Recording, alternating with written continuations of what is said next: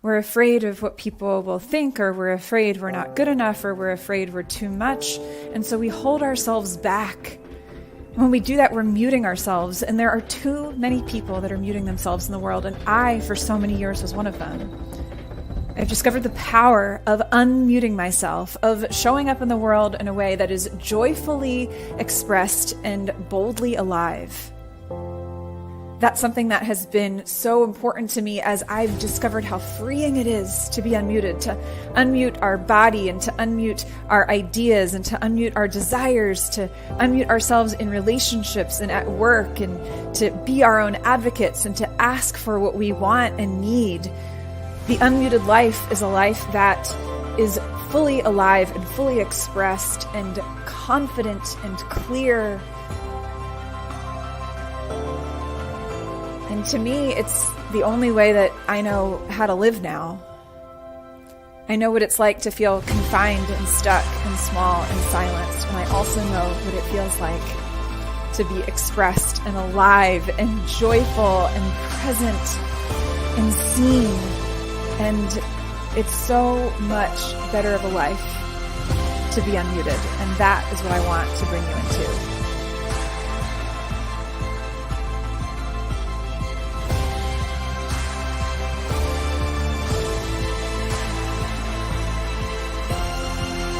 Are you ready to unmute yourself? Let's make it happen.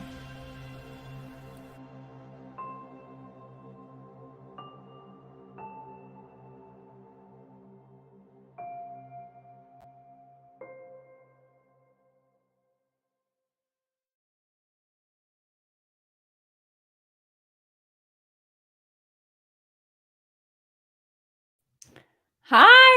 Welcome, everybody. It's so good to have you here. I see Zach and Maureen and Travis and Daniel and Randy. Oh my gosh. Thank you all so much. It's just, I I feel like I'm ready to burst when I come on here and I get to be with all of you, and we get to talk about what it's like to live the unmuted life and to show up joyfully expressed and boldly alive. And I am really excited for our conversation today, you guys. It's going to be relevant. It's going to be inspiring. My hope is that you're going to walk away feeling seen and understood and validated, that you're going to laugh. Maybe you'll cry. Like, I think all of those things are possible when we show up fully and we're just honest and authentic. And so that's what we've gotten started. There's going to be some singing. There's going to be some story sharing. You're going to get to meet a friend of mine who I know that you're just going to love, and you're going to want to follow everything that he does as a result of our time together today. So I'm just so grateful. Hi, Toby. So good to have you here too. But so before we go into introducing our guests, I want to do two things. Let us know in the comments where you're joining us from. Let us know where you're joining us from. I am in Baltimore, Maryland. Hi, Robert. Good to have you here. I'm from Baltimore, Maryland, East Coast. It's a chilly, I don't know, it's probably in the mid 30s or something today. It looks kind of gray sky.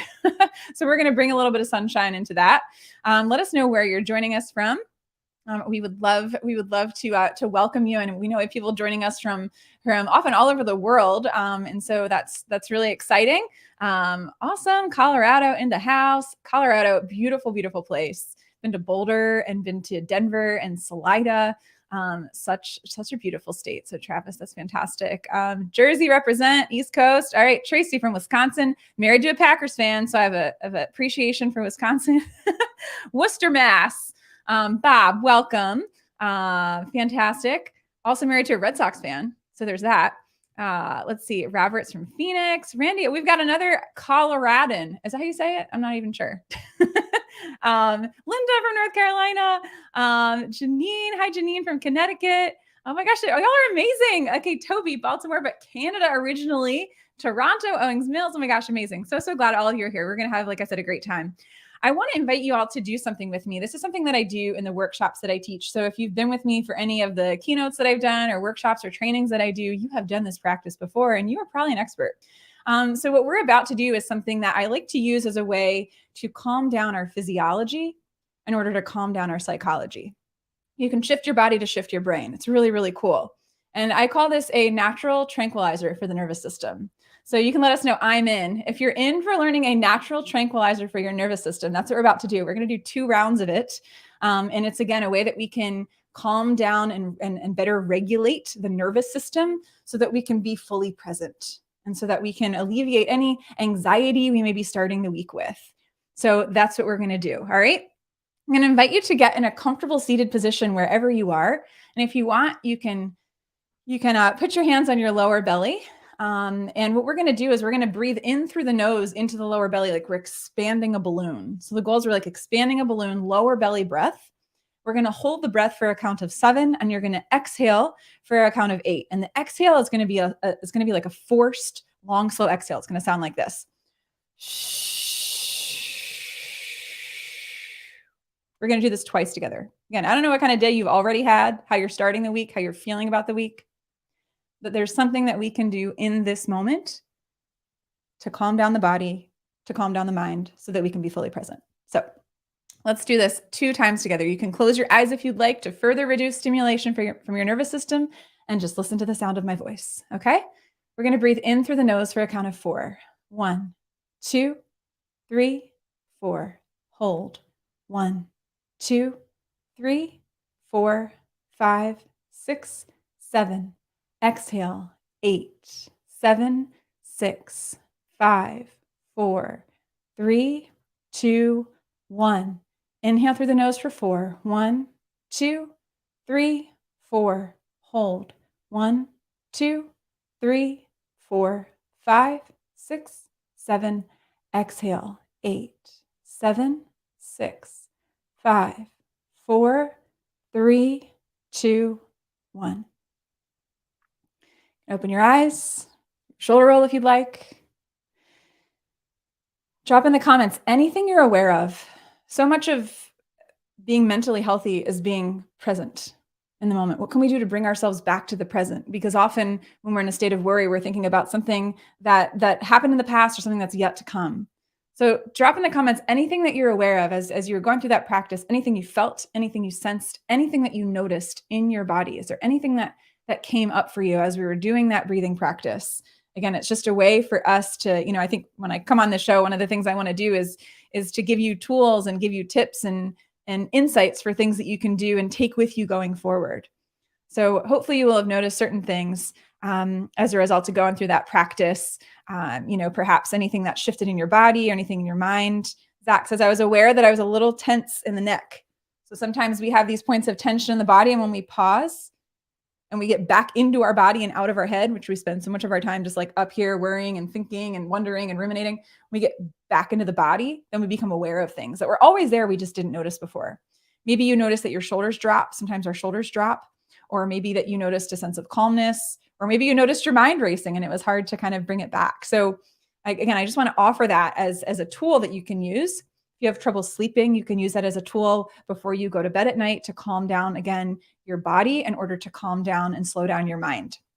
So I wanted to share that tip. So today, when Linda mentioned quieted my thinking, sensed my heart rate slowed. Isn't that cool? You have the ability to help to like regulate your own heart rate. That's so cool. I don't know. I'm endlessly fascinated by the body and the things that we can do to impact it. And that's what we're going to be talking about today. We're going to really be looking at ways that we can help ourselves and how we can help ourselves to be mentally healthier. I find that one of the ways we mute ourselves the most is around our mental health and well-being. Like we're struggling with something or we're dealing with anxiety, or perhaps we're dealing with depression, and we don't talk about it because there's still a really big stigma around it. And perhaps we feel like, well, I'm the person that has to have it together. So like, I can't let anyone know that I'm having a hard time. Or what will people think of me if they know that I'm dealing with this, or I've been diagnosed with that.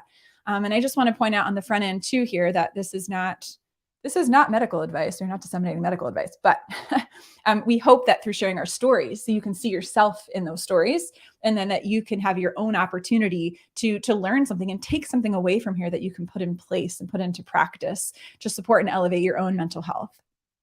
5 years ago, I was in a really rough season of my life. I'd say one of my darkest seasons I've been in. I had burned out, and I was diagnosed with Epstein-Barr virus, which is an acute form of mono. And I was really, really sick, and I was really discouraged, and I had just no energy. And I sleep 12 hours a night and not feel rested for months. And it was a really scary time. And that experience really woke me up to the fact that I wanted to be more conscious about dealing with and supporting my mental health, so I didn't end up in a spot like that again. So without further ado, you guys ready for our guest? You are like, seriously, I'm so excited for you to meet him. So our guest today is Miguel Olave, and he and I met, I believe it was through Clubhouse officially about a year ago. We were in some rooms together, and I just thought, like, whenever he said anything, I was like, this is somebody I connect with. And then we connected on LinkedIn, and it was just he was just somebody that I really connected with, pretty quickly, and we exchanged numbers and we sent audio messages back and forth, and we had our first call. And here's what I love, and I know what you're going to love about Miguel too, is just how real and authentic he is. And he has two titles that mean the most to him: husband and father. He's married to his wife, Alexis, for 8 years, and they live a simple life in Kansas where they grew up, and they're now raising, ready for this, 4 boys. They've got 4 boys. And those 5 are his biggest motivators in life. And check this out. Over the past 2 years, he's established himself as a thought leader in the mental health space by using LinkedIn. This opened up a lot of opportunities for him to grow personally, professionally, to connect to some really cool people. And recently, this is kind of a big deal. He was selected for LinkedIn's inaugural Creator Accelerator cohort. So you can expect to continue seeing him on LinkedIn, making conversations around mental health more normal. Now, another thing we have in common, in addition to wanting to elevate the conversation around mental health, is that he loves to soothe his soul with music. Y'all know how much I love music. So that's going to make its way in today through music. He also loves to soothe his soul with documentary films and photography.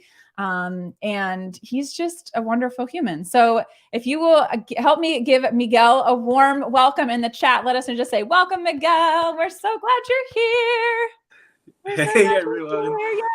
Thanks for having me, Rachel. I feel so honored. It was an awesome introduction. Really thankful to be invited to your second episode. That's such an honor, because I love what you're doing out here with your mission and unmuting yourself. So thanks for having me.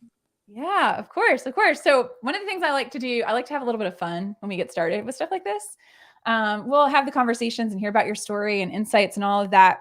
But one of the things that I would like to invite you to do is we're going to do a quick little scavenger hunt. We're going to do a little scavenger hunt. I'm going to invite you to just, find something in your space. Find something in your space that reminds you of someone or something that is meaningful to you. So find an item or object in your space that reflects someone or something that's meaningful to you. You take a moment if you have to get up, and then once you have it, once you've found whatever the thing is, it could be something, even a picture on your phone, whatever.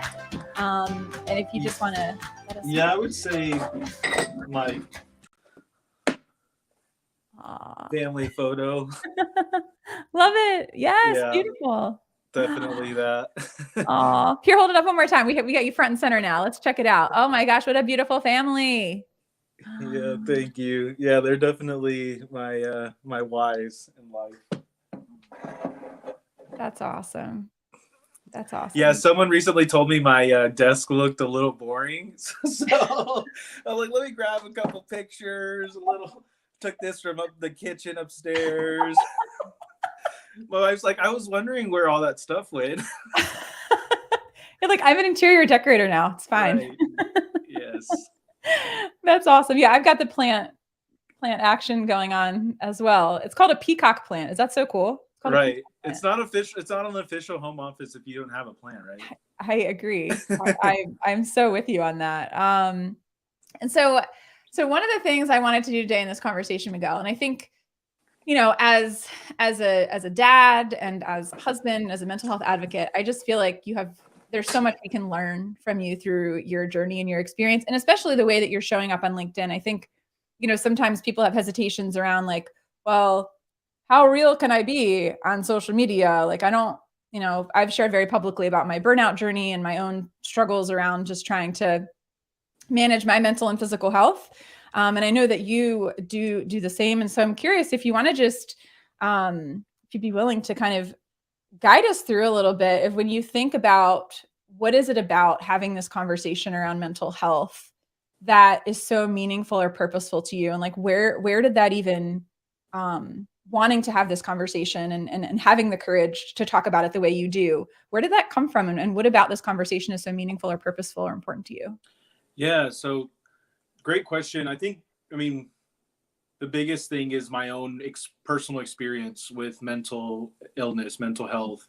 And particularly, I had an attempted suicide in 2009. And at that point in time, like, I didn't know what to do. I mean, I had nobody around me was talking about mental health. None of my friends, nobody that looked like me, nobody that was as young as me, no men, nobody that I could relate to did I see like talking about mental health. And so I thought like, it's just not something you talk about, something you need to move on with, like suck it up, deal with it, brush it under the rug and keep going.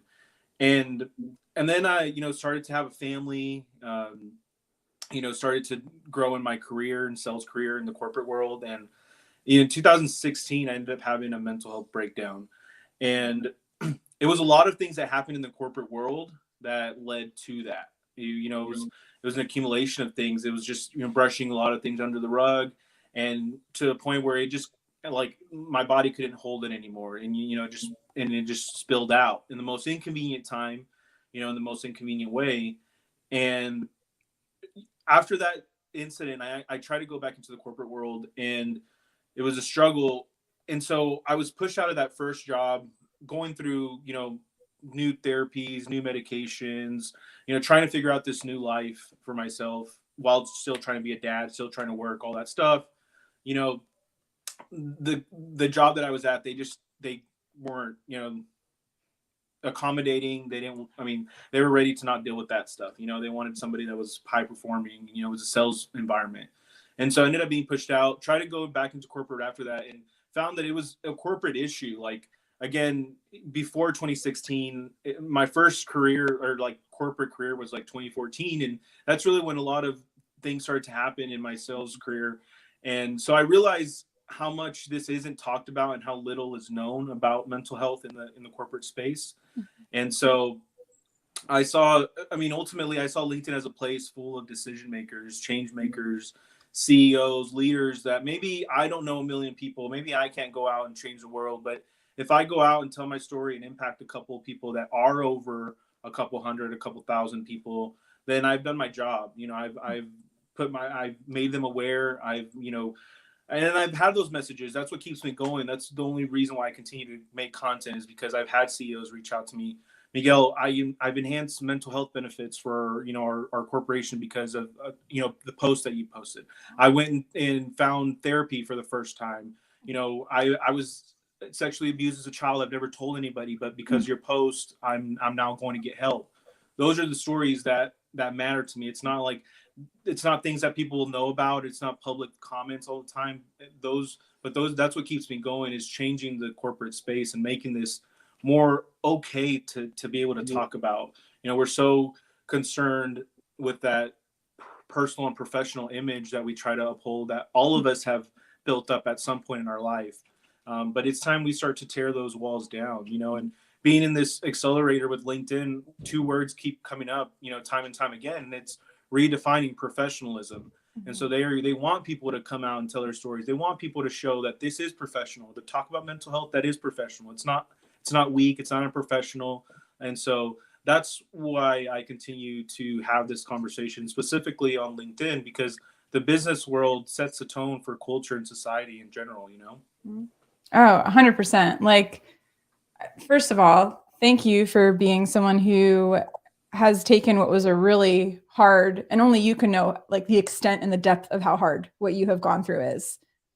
But to then take that and convert it to something that is literally having the capacity to influence people who then have influence. It's like that ripple effect, right? Of like, if there's a CEO that has 500 employees that now does something differently as a result of something they see, that then affects the lives of one of, or dozens of, or hundreds of their employees, that then affects one of their loved ones. Like, we don't ultimately know the extent to which, when we share our stories, we don't know the extent to which like that has an impact that we will never know. Right. And I think too that like often we think like it's not a big impact if it's not like this huge grandiose like thing that you're doing. That's what I thought too. Like, Mm. how am I going to go? How can I impact mental health? How can I change mental health? Well, I can't start yet because I don't have money. I can't start yet because I don't have a business network. I can't start yet because it's not this big, massive event that's going on. I can't start yet because I don't have a hashtag movement to do yet, and ultimately it's like, it doesn't have to be this huge grandiose thing that impacts the world, like that touches everyone. It can be something small that builds up upon that, like, again, that domino effect where people go out and impact. We don't all need to be the front and center person, like creating change in people's lives, like, let's empower the people in our lives to go and create the change in their lives and in other people's lives. Yeah.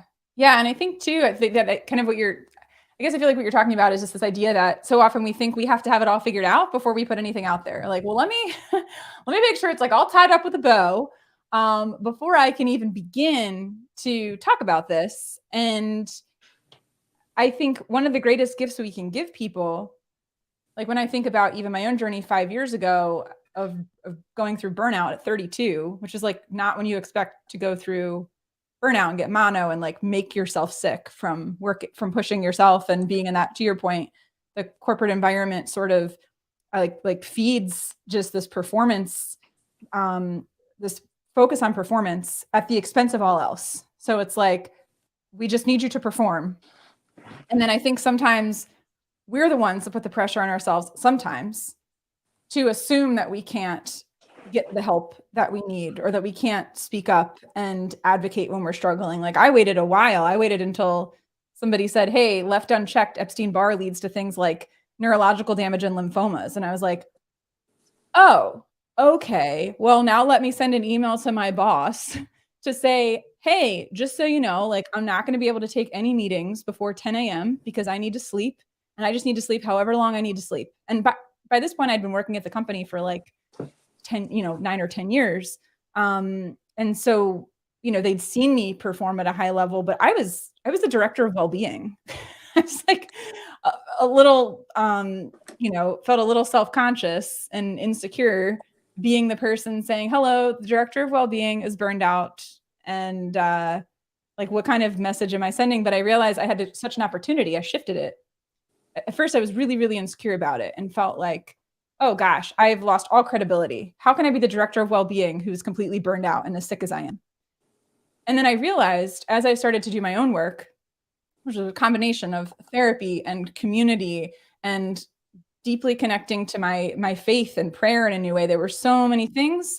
Sleeping, I had to recalibrate like every aspect of my life.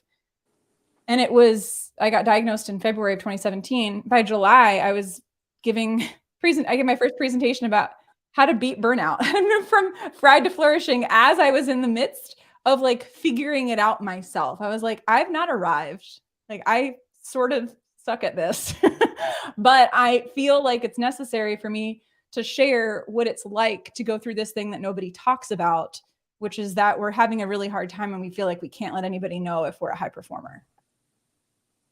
Yeah, exactly. No.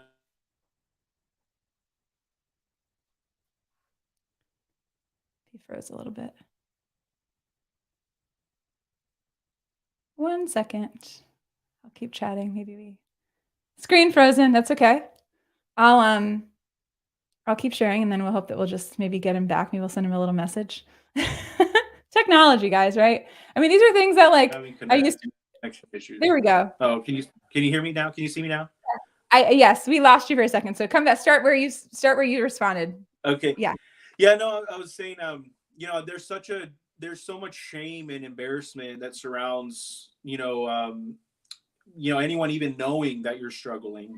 And so, especially in a professional space, I mean, when I started to kind of like explore these EAP programs that I would, go through training in for the corporate world, the first time that I reached out and used those services, I did so anonymously.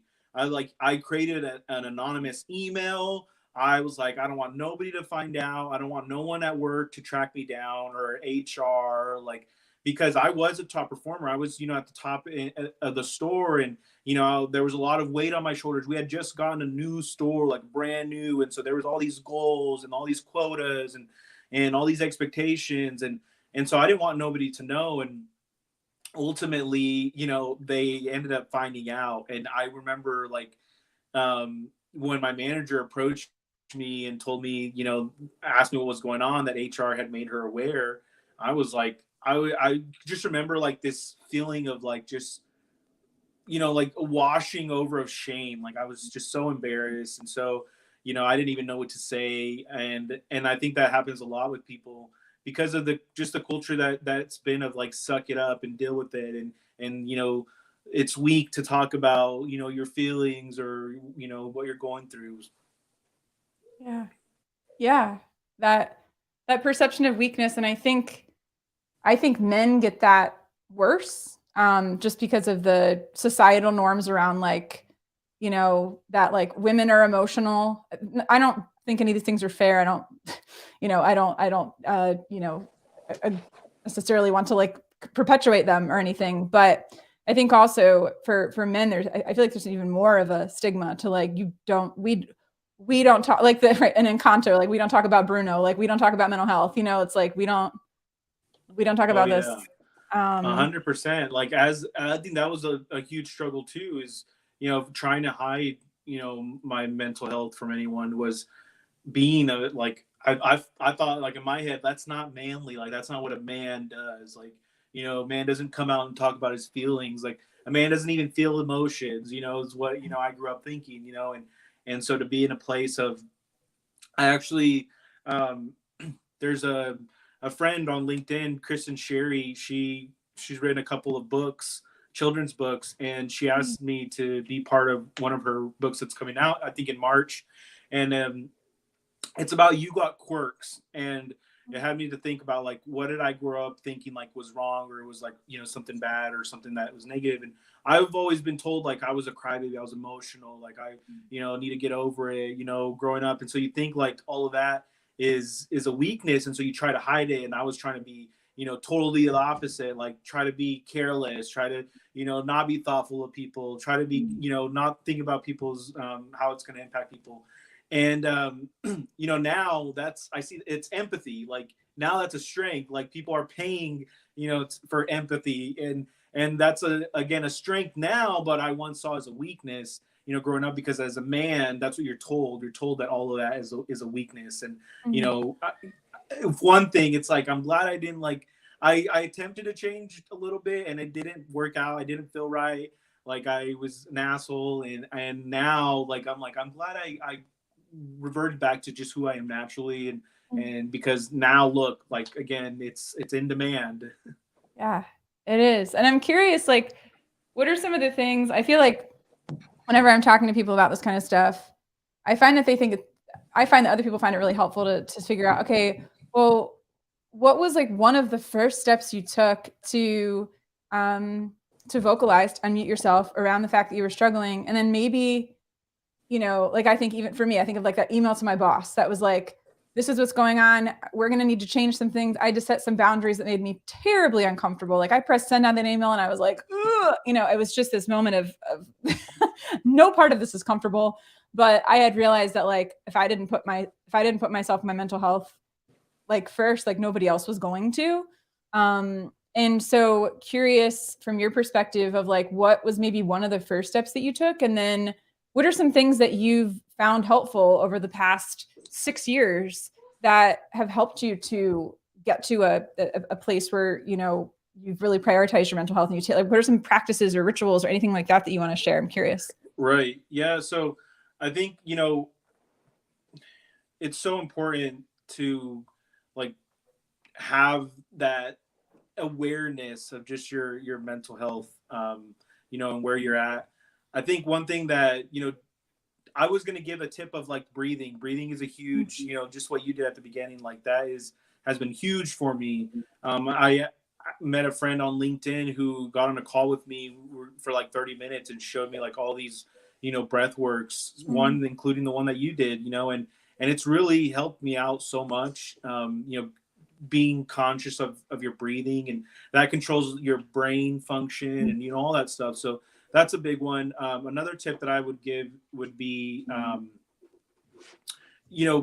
grounding yourself in truth. And so this is one thing that I learned in therapy. And for me, anxiety is one of my big issues. And so whether it's speaking or whatever it was, what I had learned in therapy is, take yourself back to what is true. And I'll take yourself back to like one of your most peaceful moments in life.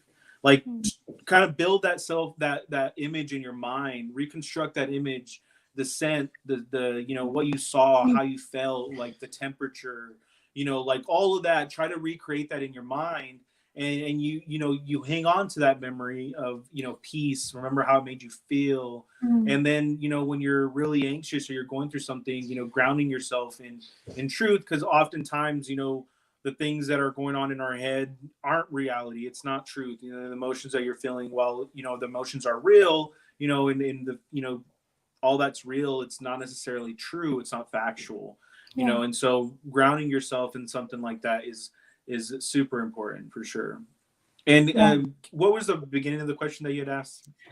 I guess just when you think through, what was one of the first steps you took? Like when you had your kind of like breakdown, 2016, like what's, because I think sometimes people are like, where do I even start? You know what I mean? Like, what do I even, like for me, it was getting into community. Like my church was like a really supportive place for me. And it was like letting people help me, which is really hard for me because I want to do it all myself and I'm fine. I don't need anybody. So for me to like allow people to like pray for me or to check in or to send a card or to like just people being present and checking in on me. Like I was almost uncomfortable with it because I felt like it communicated that I was somehow deficient.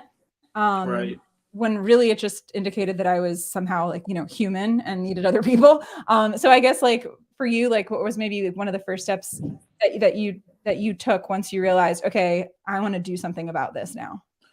Right. And so I would recommend, like, one of the first things that I did was actually, like I said earlier, I created an anonymous email. I ended up using that anonymous email to create an anonymous blog, and started to blog, anonymously.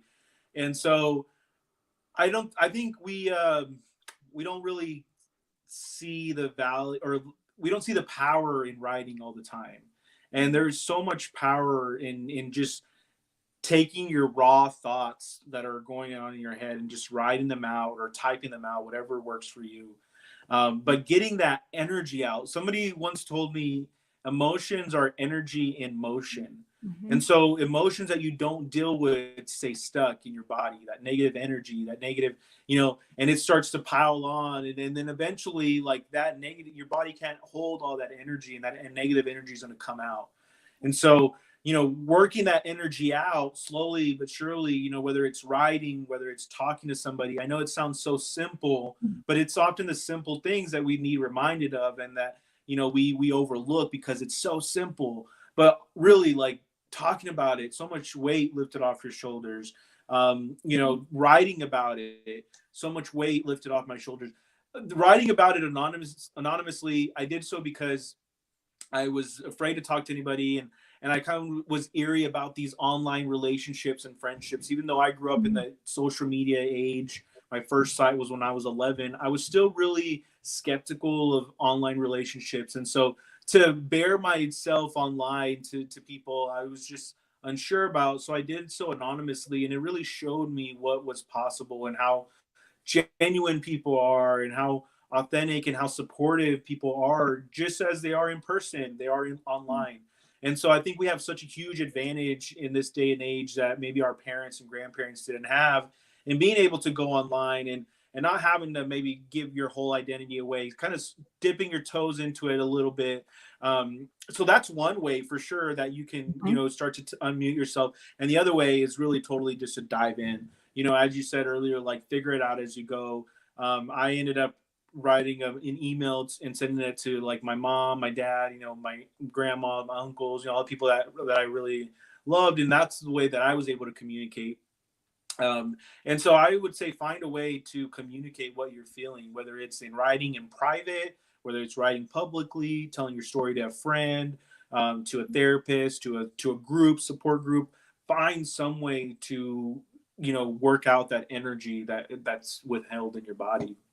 Yeah, I like times 10 agree with everything that you just said. And I'm a huge, it's funny, I have a huge journaler. And there is so much value. So this is my most recent journal. I like collect them, and like they I have a collection of them. Like, if people say, if your house were burned down, what would the first thing you'd grab? I'm like, my journals, because they're just like, you can look back, and you can look back at how you felt at a certain time. Like, I remember I looked back a year before I burned out. I was writing in all capital letters in my journals, like, this pace is unsustainable. I cannot keep doing this. Something's got to give. Like, I was telling myself through my writing that I wasn't okay.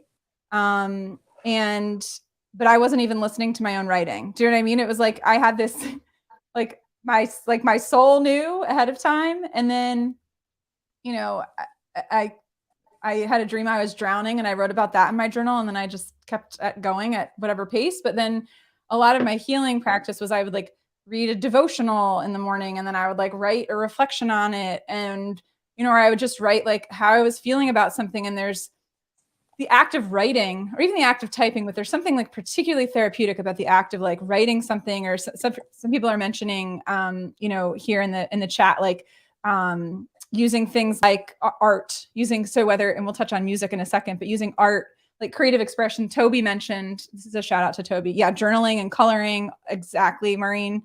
Toby Kester, who's in this event today, is super talented. So I posted a picture of a hibiscus on LinkedIn with a reflection after like Father's Day, not even a year ago.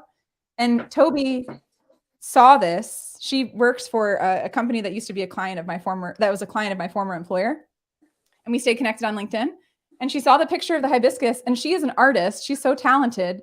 She turned it into a greeting card and sent it to me. So her company is Soul Speak Inspirations. And she created this beautiful hibiscus print and sent it to me, and sent me a pack of cards with envelopes. I'm like, who does this? Like, this is just so beautiful and generous. Enrique, welcome. We're glad to have you here, Michael. Yeah, that's awesome. I think there's so much power in creativity with our mental health. Like there's so much healing in creativity and creating something, whether it's content, whether it's creating new friendships, whether it's creating new avenues, new neural pathways. Like creation itself, like is a huge part of my healing journey, for sure. Yeah. Well, I think too, there's a book I love reading. There's a lot of books I feel like books come along as like my friends in like different parts of my journey, where I'm like going through something, and then I'll find a book, or somebody will tell me about a book, or I will have bought a book 2 years ago that I just sitting on my shelf. And then like a season comes up where it's like, I'm supposed to read this. So the book, The Body Keeps the Score, is like one of my favorites. Brain, Mind, and Body in the Healing of Trauma. This was really helpful for me in understanding just the fact that, my background as a health coach and psychology and health science. So like I understand the mind body connection, but it showed it in a whole new way. I feel like, of just how powerful those things are. Just the connection between our mind and body, and how we can influence both. Right. Like, and creative expression, again, is one way to do it. Like connection is one way that we can, channel our like move energy through the body. Like a hug, like a 20-second hug, you start to kind of co-regulate your breathing with the other person. Laughter, like anything that like makes you laugh, or like crying, like anything that movement, like anything that allows energy to move through your body, like is one of the ways that you can, to your point, prevent or reduce the likelihood of having that place of stuckness where you end up having to like explode because you haven't been processing it, Right. Yeah, no, you remind me of, on Clubhouse, I saw these laughter therapists, and it was cool. Like, it was just, I was like, dude, that's genius. Like, and they would have these rooms where they just gather everybody, and they would start to laugh, and then everybody would start to laugh. And it's cool, and what it does for you. But that book is such a great point that you made there. Like, trauma is held within your body. And I think another thing that was so revolutionary to me in 2017, when I discovered this, and I found it through a documentary. I was soothing my soul with a documentary, and here I found this discovery of like your brain can be changed. You know, I grew up with this mindset of being taught like you go through these formative ages and times in your early childhood, and then that's just who you are. Like that's just how it Mm. is. That's just life. Like after that, there's no going back. You know, and that's the mindset that I had even at, 2017. I was like what, 26, 25 years old, and then even that old, I was thinking like, that's just it. Like my brain is just how it is. And then to discover like neuroplasticity and trauma being withheld in your body, all these different things. And then it led to like a rabbit hole of me discovering therapies outside of just talk therapy. So that's one thing that I would recommend people is to look into therapies outside. Like specifically what worked for me was EMDR therapy, but there's all kinds of other therapies out there that are outside of talk therapy, because I reached a point in my therapy where I was like, there has to be something more. Like there has to be something more that we can do than just talking about it all the time. And Yeah. learning that again, your body withholds your trauma and all of that stuff, neuroplasticity, was really like a mind-blowing moment for me. Yeah. And like a moment of hope, because you're like, oh, because if, right, like, oh, it's not fixed. It's like the fixed in the growth mindset too. It's like, oh, I'm not fixed. I can change. Yeah, I don't have like a huge memory of like, moment by moment, but that's one moment that I still remember. Like I jumped out of my bed. I was like, what? And I like rewinded it. And then I, went on my phone and I started Googling about it. And then I found out like, I think I just Googled like neuroplasticity and then neuroplasticity therapies. And then I found EMDR. And I just remember like, I felt so hopeful. Like finally, like something like that's kind of like showing me that this isn't always how it's going to be or has to be. Yes. Yes. And I think that's what people are looking for. Like hopelessness and helplessness are a recipe for depression, right? I mean, when we get to a state of feeling hopeless and helpless, that's when it's like, well, why continue? How do I get up? And so finding a form of therapy, and Janine's a huge fan. Yeah. Maureen, I know, I figured she was going to chime in. I know she's a fan of EMDR, which is an eye movement desensitization reprocessing. And I think also, and Majida, I agree, like the access to mental health therapies needs to be more universal and at a really high quality and high level. Because I mean, I even think of the therapists that I see.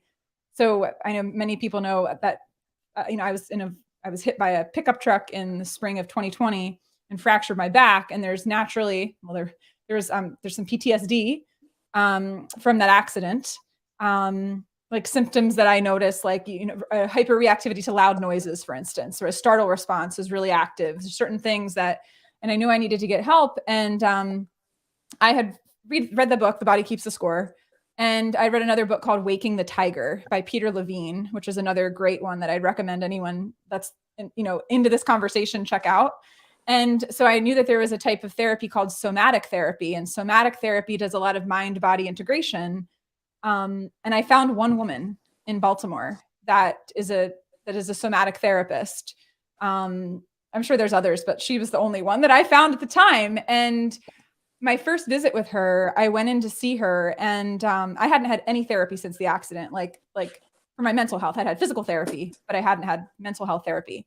And I remember she also does something called rolfing, which is like a form of myofascial release. So it gets into your like fascia, the tissue that's, on top of your bones. And I'm sure Maureen is going to like be able to point out, she's a massage therapist, can like point this out way better than I can, but it's almost like the sleeve that is like underneath your skin over all of your, over your skeletal system. And so there's a lot of times, trauma gets stored in our tissues as well and can manifest itself in different kinds of pain. And so she laid me on the table and she was pushing like on my back, like a massage table. And she was kind of like pushing along the side of my right leg.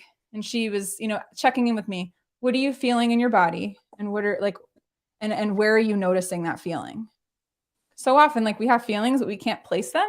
It's like, oh, I feel that in my chest, or, oh, I feel that in my stomach. Oh, I feel that in my jaw. Like we never learned how to connect those two things, that like a feeling can have a location. And so she's pushing along the outside of my leg. What are you noticing? Where are you noticing? I said, I feel like my body's resisting you. And so she said, oh, like you want to push me away? And I was like, well, I mean, I just met you. I'd really like your help. No, like I don't want to push you away. She's like 60, And so she's standing on the side of the table with like this stance, right? So she goes, all right, I want you to sit up and I want you to push me away. Like, this is the strangest thing I've ever been asked to do in the first 30 minutes of a therapy visit. So I like sit up and I push her and she goes, push me again enough to make me move. So I push her like 3 more times. And then all of a sudden I lay down and my body just like flooded with emotion. And I like drew my hands to my face and I started sobbing. And I said, I wanted to push the truck away and I couldn't. And it was like, that was all stored in my body for 6 months. Like that feeling of helplessness, that feeling of powerlessness, that feeling of being violated was trapped in my body and in my mind for 6 months. And, for a number of reasons, I can't do EMDR yet due to what's going on with the accident, but and some other things involved with it. But the somatic therapy has been a game changer for me. So it's Soma, SOMATIC. I often go to Psychology Today and we'll like look up something like that. But that for me was the most transformational experience I've ever had in therapy. And it was just a reminder of like how connected these things are and how they want a voice. It's like our feelings want a voice. Right. Oh, that's so powerful. I think one of the things that you said that really sticks out is the language. Like we don't know. That's a big part of why people don't even want to speak up or don't know how to speak up, because we're not given the language, the words to even describe what we're feeling, to describe what we're going through. We don't even know what we're going through, but we haven't been given the words.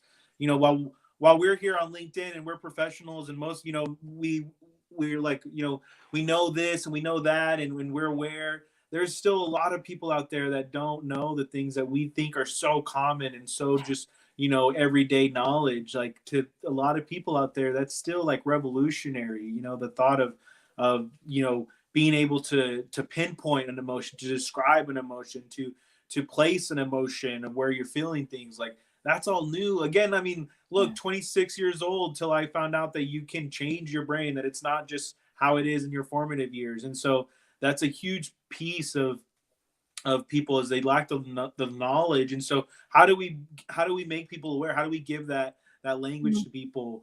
By leading, by like telling people, sharing your story, talking about your experiences. That's how, that's a way that everybody can start in helping the people around us discover those new words and languages to describe what's going on. Well, and then to your point, when we share these things and you have like, Janine and Maureen and like their names rhyme, that's fun. Then people share things with you like, hey, have you heard of this? Are you familiar with this? Just because of the work that I've been in with, studying psychology and health science, like I'd been exposed to, things like EMDR and had heard about somatic therapy very briefly, but had never known anyone who had an experience with it. And sometimes when we don't know someone who's had an experience with it, like if no one in our family ever went to therapy, none of our friends see a therapist, it's sort of like, how do I even do that? And sometimes you find a therapist and they're not a good fit. And then you're like, geez, I did all the effort and I found somebody and they're not a good fit. And now I have to tell my story all over again. And the hard thing is that that's a hard truth. And that's unfortunately for many people what ends up happening. And you just kind of have to keep trying until you find someone that you resonate with. Yeah, I think that was the biggest struggle too. And I think that's one thing that we don't tell people enough and talk about. We talk about all the benefits of, starting therapy and what that's like. But I mean, going through therapy is like some of the hardest work that I've ever done in my life. I feel like harder than even, brushing everything under the rug. And, I kind of lost my train of thought there, but yeah. Okay. Yeah. It's hard. It's hard to do it. I mean, it really is like when you get, like you were saying, people like, we don't tell people the hard things about therapy. Like it might not be a fit with somebody, or it might not work out. Right? That's what I was gonna say. Yeah, is the therapist, like I want to create like something where it's like a centralized like place for like to find therapists, because the fact that I have to go to multiple sites and tell my story time after time after time after time to find that one person, like that's exhausting. it took me like going through, I think like 4 or 5 therapists till I found the one. And I had to take multiple intake forms. I had to submit multiple, tell my first therapy story multiple times. Like that is exhausting. That is so draining. And so like that's one thing that we need to improve in the mental health space is, one central place where somebody puts their story there and they can submit it to multiple, therapists, multiple intake forms, not have to do 20 intake forms to find that one right person for them, because you do have to find the person that's right for you, Yeah, you do. And it can take some time, and depending on where you live, it can be hard. I mean, now there's lines like BetterHelp or Talkspace. Like there's other things that are virtual that people can have access to therapy in a way. And a lot of health plans offer like those virtual options as well. So it's sort of like just knowing what you're signing up for, knowing like, okay, the first match, just like with dating apps, right? It's like your first match may not be your ultimate match, but like just have that awareness going into it, and give yourself grace. And if it doesn't feel like it's a good fit, like give yourself permission to end the relationship and to go on and move to somebody else, because you have to feel safe with that person. You have to be able to trust that person. And you can't always know that from an initial, phone intake, right? It can take some time. Yeah, no, definitely knowing what you sign up for is what we need to do a better job as an advocate, as everyone, because again, I went through a stage, 2016, I had my mental health breakdown, went through therapy, and then I stopped going through therapy because I'm like, there has to be more, to this, there has to be something else, or is there something wrong with me? Because it's not like, am I not taking it right, or am I not doing something right? And then so you battle because you're not aware, like, yeah, it might take a couple times. It might take a couple of therapists. It's not you. It might just be that, they just don't understand what you're going through, or they didn't do the work in that space that you're actually needing help in, and so there's a lot of different things. But again, no one ever prepared me for that. So for a while I was like, let me just stop this. Let me just not do the therapy. It's not for me. It's not, maybe it's not working for me.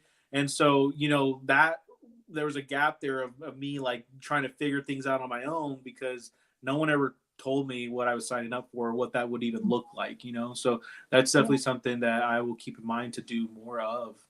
Yeah, I think we need to talk about that part. It's just like, oh, just find a therapist, like as if it's that easy. You know what I mean? People say like, oh, if you need help, find a therapist. There's a lot of asterisks to how hard that can be, and whether or not it's even going to work. Like, or the type of therapy they do, to your point, like may not be the type of therapy you need. So, like, it takes patience at a time. Janine mentioned this. So like at the very time where you don't have any of the energy or mental capacity to find support is like the time where you go to try to look for and find support, which can be just really discouraging, I think, for people. Right. And I think one thing that I want to just kind of reel back in when we talk about like seeking therapy, and ultimately what we're talking about is what the show is about, like unmuting yourself, and so to anyone that's out there struggling, I remember being in the place of, really being in the dark, and like nobody cares, nobody understands, nobody knows. And yeah, nobody knew, nobody understood, because I was holding it all in. I didn't let anybody in. And so you feel that, but I promise you that there's people in your life that do care, even if it's your friend that you just made the other day on LinkedIn, even if it's just your friend from Instagram or your Facebook group that you're in. It doesn't, like, there's somebody out there that does care, but they don't know. We can't help because we don't know, And so to anyone struggling, like when you're in that place, trust me, I've been there, where like, no, they won't understand, they won't know, they don't care, but they do care. It's just that, and they do want to understand. It's just that we're not letting them in. And so, I mean, when we talk about like go seek therapy, write out your, what you're feeling, like all of that is back to what I love, that what you're doing, Rachel, is like, unmuting yourself, like empowering people to tell your story. Like your story matters. For so long, I mean, when I started sharing on LinkedIn 2 years ago, I was, 27 years old, and, I'm like, who am I? Who am I? This non-college degree, like college dropout, only a high school diploma, no professional. Who am I to talk about mental health? Like, what do I have to say that a 8-year researcher hasn't already said, And I remember one of the first posts that I made that went viral on LinkedIn, was actually about my childhood, trauma. And I had a trauma specialist. Here I am all this time. Like, the reason I wouldn't start is because I'm like, I have nothing to say. Professionals have already said it. One of the first videos, the comments I got, this lady messaged me and she's like, Miguel, I've spent the last 25 years helping people work through their trauma. And she's like, I've been so busy that I've never actually stopped to work through my own trauma. And she's like, your video inspired me to go back and work on my childhood, experience. And I'm like that's like confirmation from God for me, like that. Here you are for years telling yourself you have nothing to say, like you're not professional, you don't have a degree, and then the trauma specialist is telling you that your story impacted them. Your story matters. Like it is like we were talking about at the beginning. You don't think your story is going to have a huge impact, but it goes deep. It's not about how wide, it's more about how deep it goes into people. Yes. And like Toby quoting you, tell your story like your story matters, right? Because your story does matter, and to recognize like my shirt, like, shirt today, like it's okay not to be okay, and I think it's just so important that we keep that in mind. And by the way, the person that like, you're afraid to tell the thing that you're struggling with, they have their own version of that they're afraid to tell you. Like if we just had that understanding that like, oh, the person you're afraid to talk to also has their own version that they may or may not be ready to talk about. But you opening the door to them, like you opening the door to that trauma therapist you didn't even know necessarily would have found any value in which you shared. Like you're it's like the student becomes the teacher kind of thing. And right. Like, what a gift.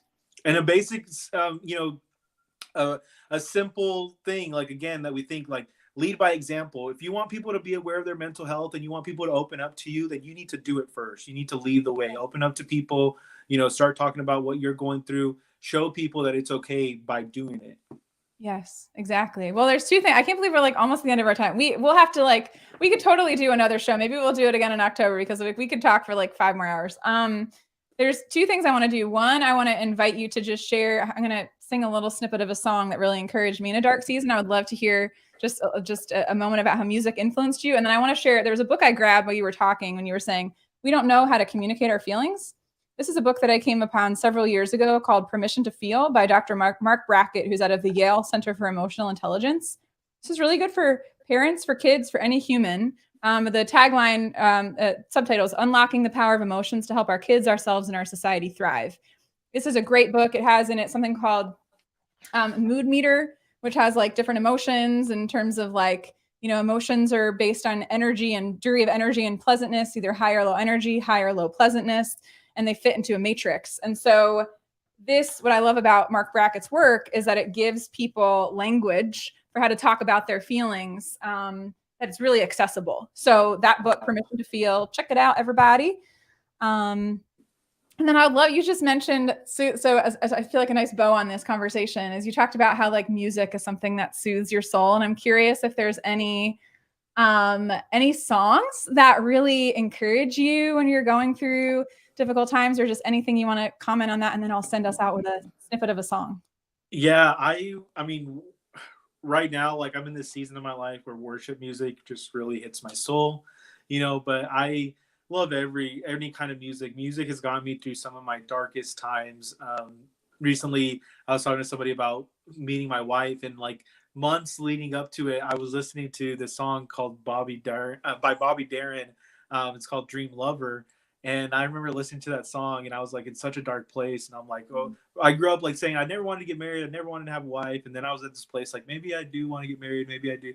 And then I was listening to that song. And then a couple of months later, I meet my wife. And so music has such a huge impact in my life. Like I certain songs always remind me of like certain points in my life, memories for sure. Wow. Oh my gosh, that's awesome. Well, hey, if you want to continue the conversation with us, Miguel, because he's in the Creator Accelerator program, has access to something called LinkedIn Audio Rooms.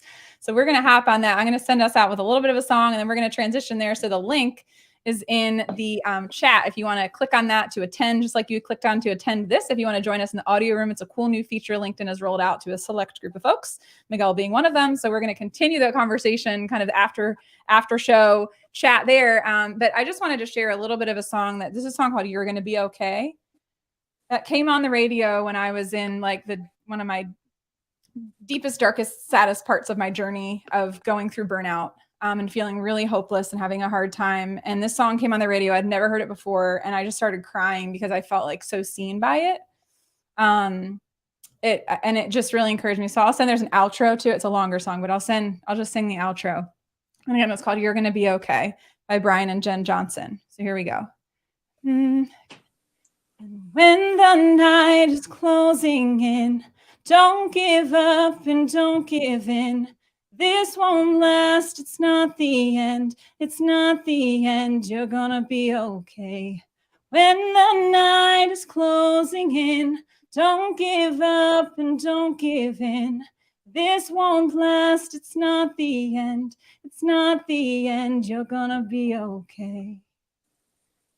So like that song, just the whole thing, like that's the outro, but there's just like the chorus, it's like, hold on, don't let go.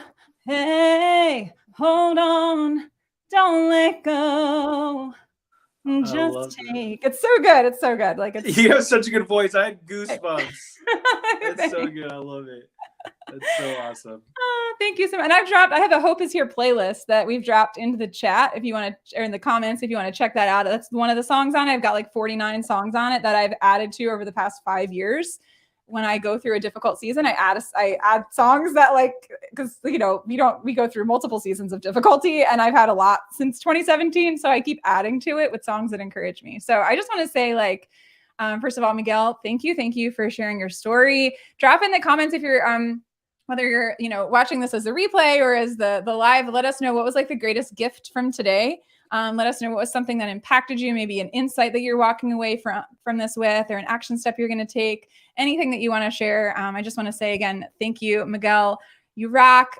Follow Miguel and his work on here. Support him. He's amazing. And then if you want to join us in the audio room, we're going to transition into that. So, and thank you all for joining us. Zach and Toby and Magina. Oh my gosh, just so many amazing, and Toby and let's see who else. Yeah, thanks so much, Rachel, for having me. And yeah, it's so awesome. I'll see you here in the audio. All right. Bye, everybody.